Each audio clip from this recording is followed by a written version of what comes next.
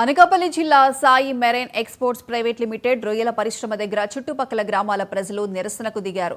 పరిశ్రమ ఏర్పాటు సమయంలో ఇచ్చిన హామీలను నెరవేర్చలేదని, గ్రామ పంచాయతీ తీర్మానం ప్రకారం 80% స్థానికులకు పరిశ్రమలో ఉపాధి కల్పించాలని డిమాండ్ చేశారు. పరిశ్రమలో వ్యర్థ జలాలు, రసాయనాలు పంట పొలాల్లోకి, చెరువుల్లోకి విడిచిపెట్టడం వల్ల కాలుష్యంతో ఇబ్బందులు పడాల్సి వస్తుందని వాపోయారు.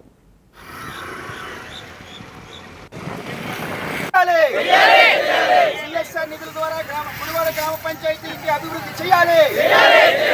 గుడివాడ గ్రామ పంచాయతీ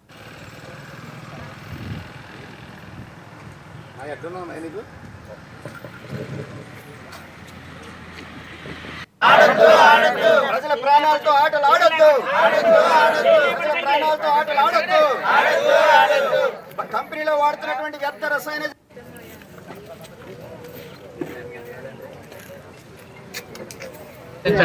ఎస్రాయవర్ మండలం గుడివాడ పంచాయతీ సర్పంచ్ నేను మాట్లాడుతున్నానండి. మా పంచాయతీ పరిధిలో ఉన్నటువంటి సాయి మెరైన్ కంపెనీ పెట్టి ఇంచుమించుగా 2018లో స్టార్ట్ చేశారు. ఇప్పటికి 7 సంవత్సరాలు అవుతుంది. అయితే అప్పుడు నిబంధనలు కంపెనీ నిబంధనలు ఏంటంటే ఒక్క చుక్క వేస్ట్ వాటర్ కూడా బయటకు వదలని, గ్రామానికి 80% జాబులు ఇస్తానని, మౌలిక సదుపాయాలు కల్పిస్తానని, గ్రామాన్ని దత్తత తీసుకుంటానని అప్పుడు ఎండి గారు చెప్పడం జరిగింది.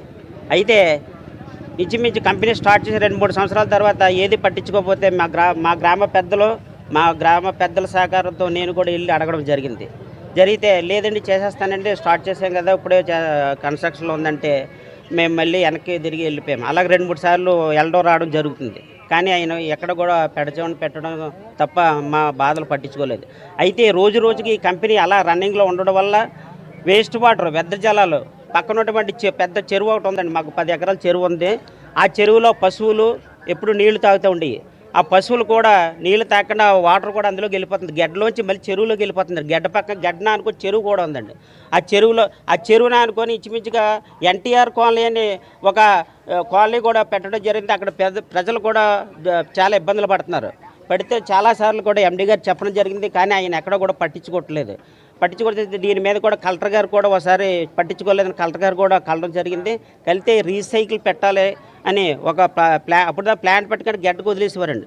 కలెక్టర్ గారు ఆదేశాల మేరకు పెట్టి మెషినరీ అయితే పెట్టాడు. కానీ అది ఎప్పుడు కూడా ప్రాసెస్లో జరగకుండా ఏదో పెట్టానని పేరుకి తప్ప అది అలా రన్నింగ్లోనే ఉంటుంది.